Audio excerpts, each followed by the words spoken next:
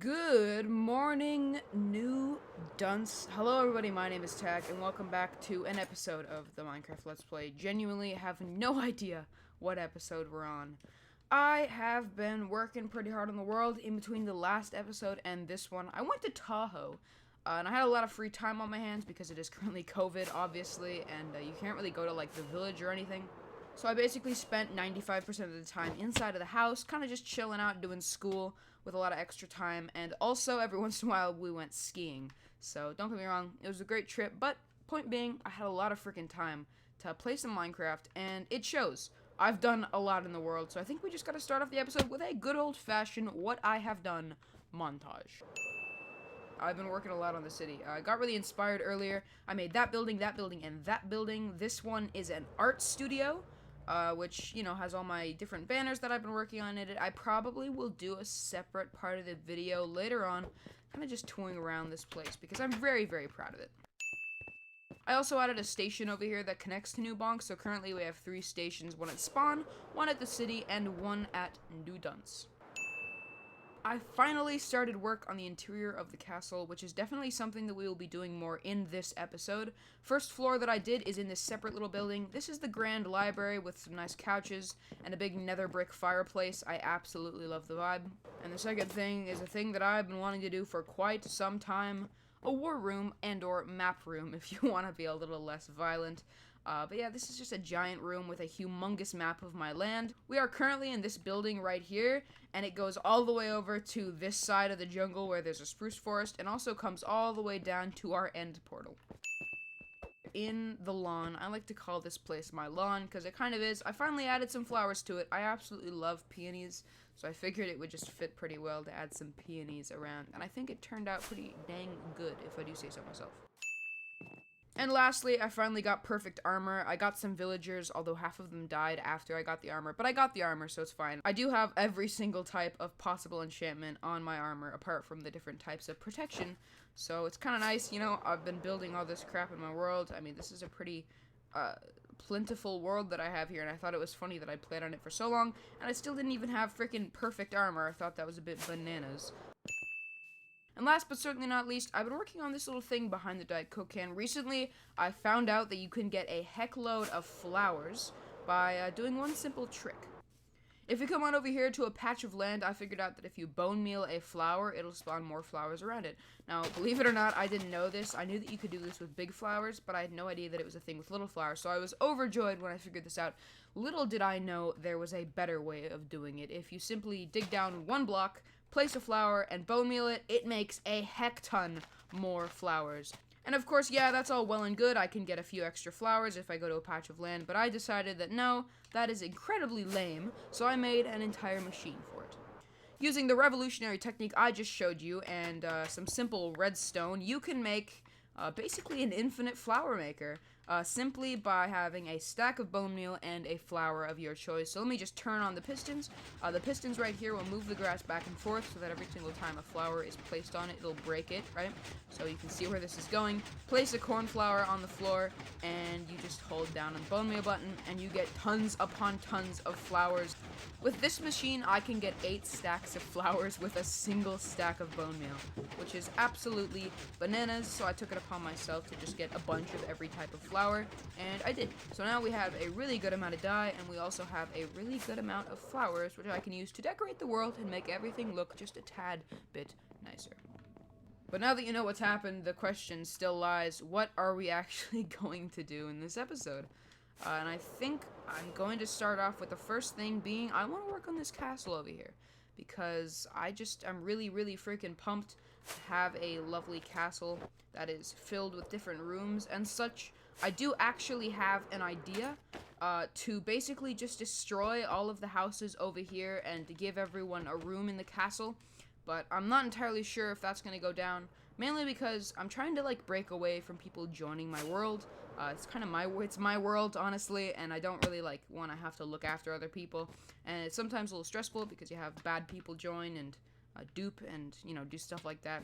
So I think I'm just going to eventually, definitely not in this episode, but I am going to try to slowly but surely kind of destroy all the houses over here, make sure there's a bunch of guest rooms in the castle where people can stay in, and then maybe we could build something cool over there.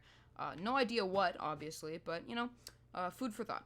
But yeah, like I said, the castle. I think that we are going to start on some rooms over here in the main area. What I actually really want to do is just get in a good floor plan, get all the different layers of floor done, because there's a lot of windows on a lot of different areas. I just want to make sure that I know where every single floor is and what everything is connected to. So allow me, if you will, to put you into a little spruce getting time lapse, because I do need a lot of spruce wood for this, and we are going to then fill in every single block of the floor over here, all the way from here to that window over there. Wish me luck.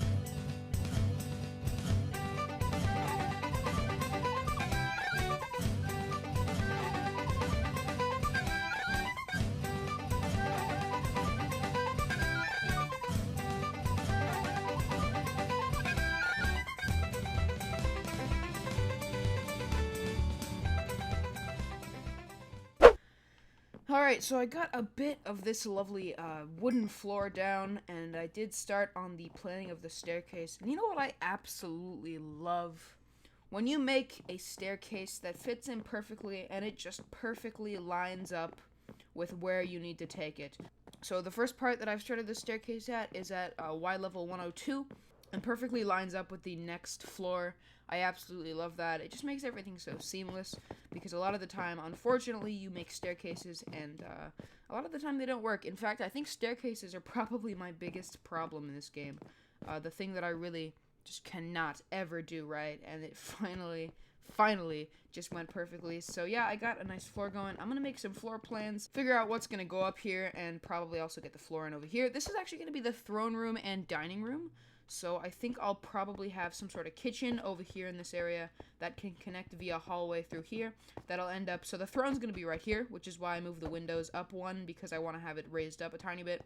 And then we'll have a giant grand eating area with a big old chandelier and, a nice looking floor and such. So yeah, I'm going to do some floor plans. I'm going to get all this in, and man, am I feeling good about this whole situation.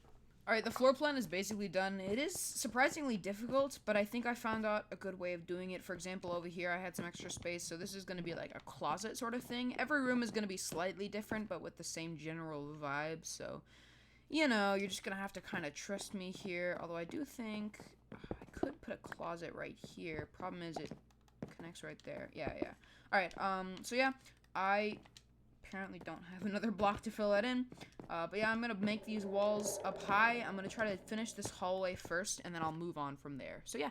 Alrighty, the interior of the castle, I've been working on it quite a lot. Over here, you can see this is the, I guess, second story, because that's the first story down there. Then it'll be second, third, and then below will be the basement where there's a dungeon. I am actually planning on having like a torture dungeon down there, because that's kind of fun.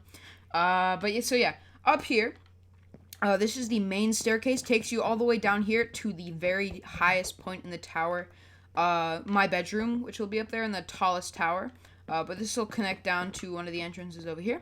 You walk up, you have a nice little cupboard with some storage, and then this is the blue wing. So the plan is I'm going to have each little, area with rooms have a different color for it, right? And this is the blue wing, so it's got light blue and dark blue. Next one is either going to be orange and yellow or green. I don't know yet. But overall, I really like the design. This is kind of like the main raiding room or something. I had an extra set of netherite from a friend who doesn't play in the world anymore.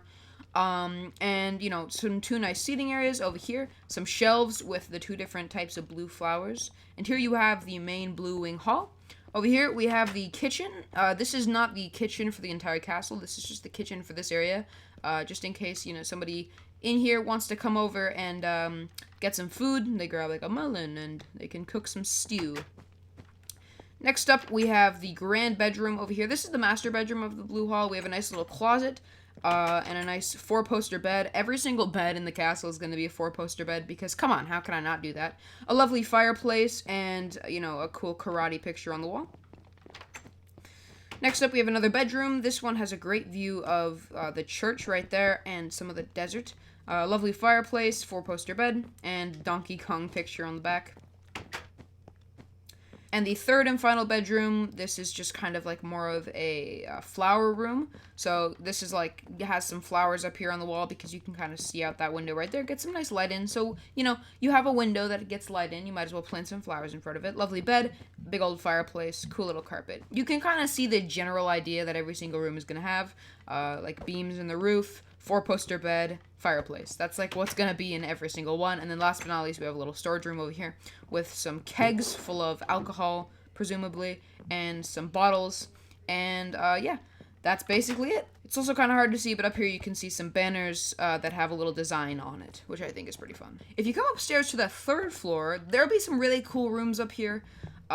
With like these like in the roof rooms. This is going to be probably the green section, and then over here on this side is going to be more rooms. This will be the yellow section, yellow and orange at least.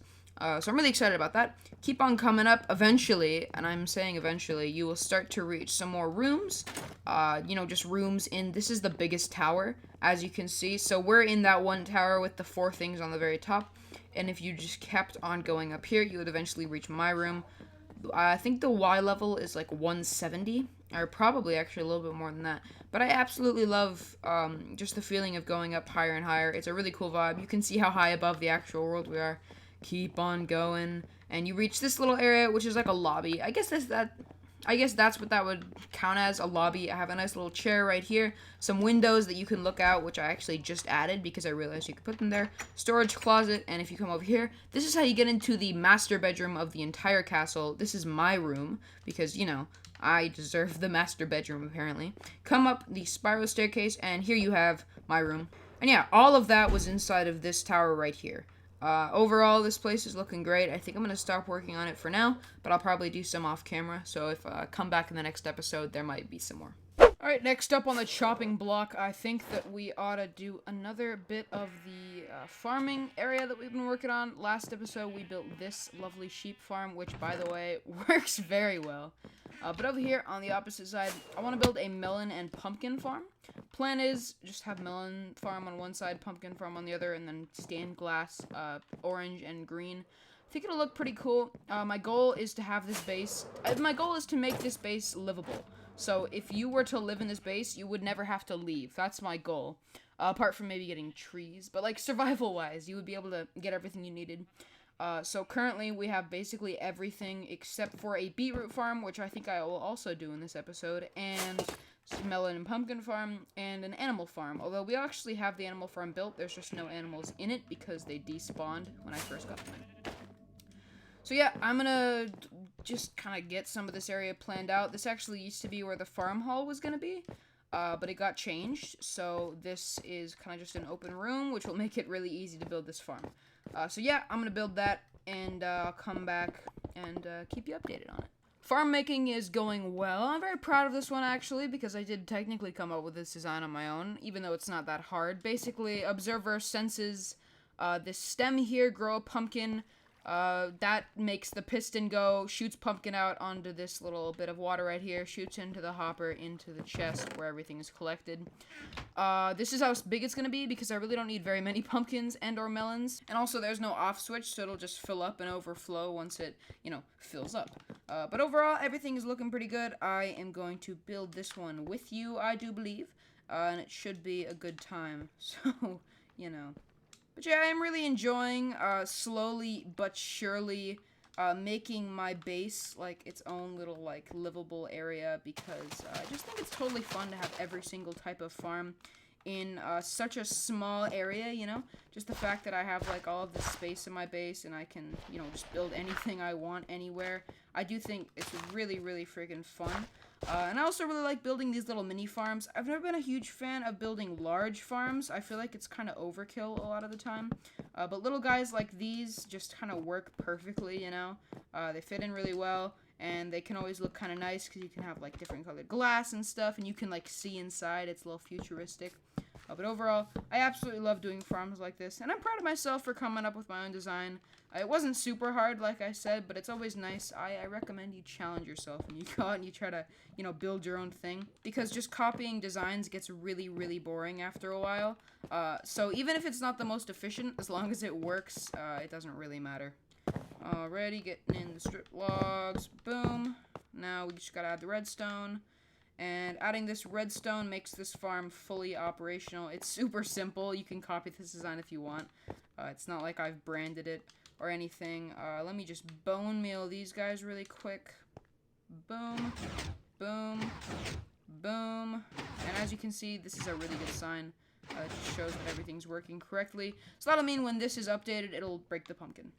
Alrighty, so both of these farms are completely working now. If I were to mess with one of these, it would trigger the pistons. You can test it out by checking a torch in here for both of them.